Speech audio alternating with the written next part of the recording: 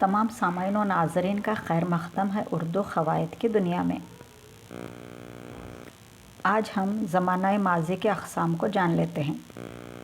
हमारे पिछले वीडियो में हमने ज़माना माज़ी किसे कहते हैं इस पर हमने मुफ़स्सिल बहस की थी। आइए फिर से इसे रिवाइज़ कर लेते हैं। ज़माना माज़ी या फ़ेल माज़ी किसे कहते हैं? काम गुज़रे हुए ज़माने में वाक़ हुआ हो उसे माज़ी या ज़माना माज़ी कहते हैं। आइए अब शुरू करते हैं ज़माना माज़ी के अक़साम को। पहले क़स्म है माज़ी मुतलक़, जिसमें सराहत के साथ ये मालूम ना हो कि फ़ेल यानी कि काम ज़माना क़रीब में वाक़ हुआ हो या बईद में ख़त्म हो चुका या सिलसिला अभी भी जारी है। जुमला होता है उसने लिखा।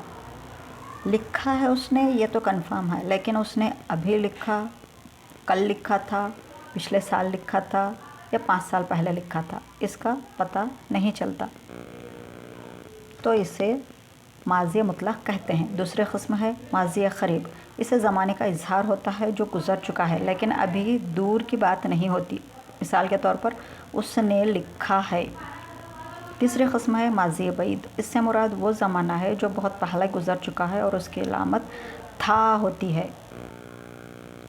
मिसाल के तौर पर वो लिखा था या उसने लिखा था। चौथी क़स्म है माज़ी शक्की, जिसमें काम का होना या ना होना दोनों में से किसी एक सूरत का इज़हार हो, बल्कि होने में शक ज़्यादा पाया जा रहा और इस एतबार से किसी कदर नफ़ी का पहलू भी माज़ी शक्की के अफ़आल से निकलता है और इसकी अलामत होती है होगा।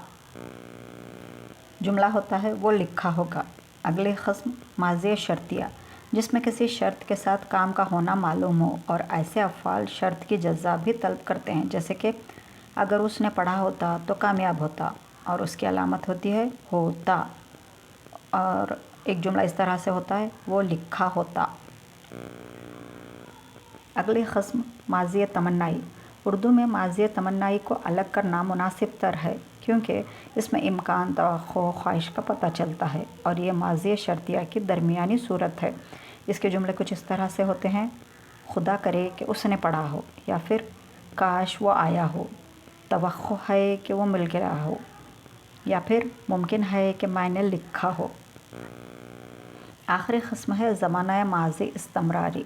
हर काम गुज़रे हुए वक्त में जारी था और इसकी अलामत होती है रहा था और इसे इंग्लिश में पास्ट कंटिन्यूअस टेंस भी कहा जाता है। और इसकी मिसाल कुछ इस तरह से होती है, कहानी सुनाने वाला बिल्कुल ऊट पटांग बातें कर रहा था, तो ये जो रहा है वही कंटिन्यूअस टेंस होगा। आप मेरे चैनल को लाइक, शेयर, सब्सक्राइब ज़रूर कीजिए। अगले वीडियो में फिर किसी नए टॉपिक के साथ इंशाल्लाह फिर से हाज़िर होंगे। टिल देन खुदा हाफ़िज़।